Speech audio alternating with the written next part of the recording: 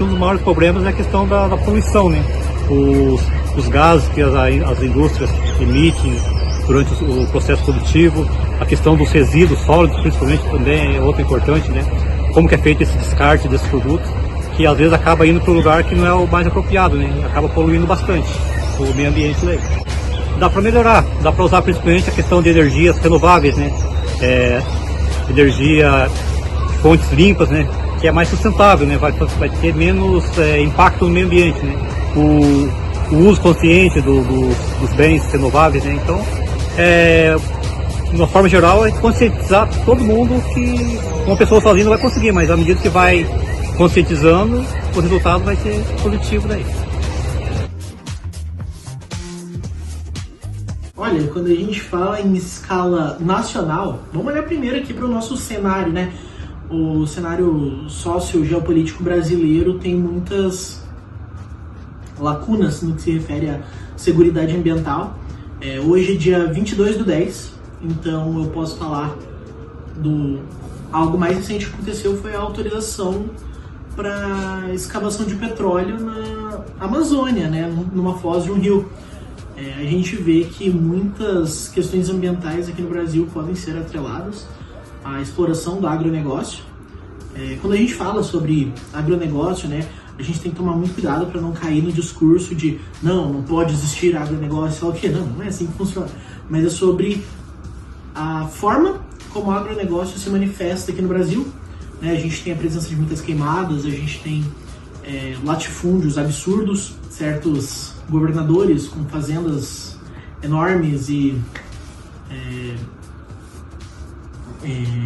queimadas de suas terras. A gente pode falar também, outro fator, dos oligopólios comerciais, né? A produção de plástico e emissões de gás carbônico em excesso, ou os grandes centros de informação das IAs, né? Porque a inteligência artificial não fica numa nuvem mágica, né? São necessários centros de processamento que geram muita poluição, muito gasto energético, gasto de água, que prejudicam as terras onde elas ficam, né? Isso já em um âmbito internacional. Eu acho que são 3 dos principais fatores esses.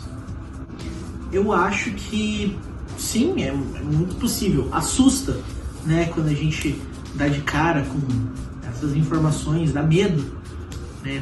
Quando a gente se depara com conteúdos como mudança climática, crises ambientais, assusta, mas a gente não está falando de absolutos, porque da mesma forma como uma situação chegou na forma que ela está, de uma forma muito mais fácil do que seria reverter ela não é um absoluto.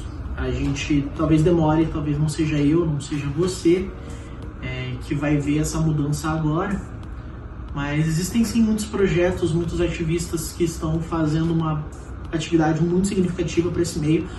Um grande exemplo, a Greta Thunberg, que é uma das ativistas mais famosas da atualidade, que não só se manifesta em cenários de guerra geopolíticos, como o caso do Israel e Palestina, mas diversos outros temas ambientais. Ela está sempre mostrando como a juventude tem muito a fazer, tem muito interesse nesse tipo de situação e melhorar o mundo para as futuras gerações.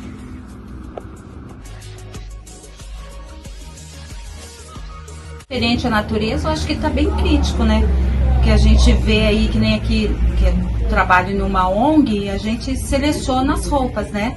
Mas a gente vê muita coisa jogada assim, nas esquinas, em qualquer lugar, tipo móveis, roupa, calçado. Isso é péssimo pro meio ambiente, né?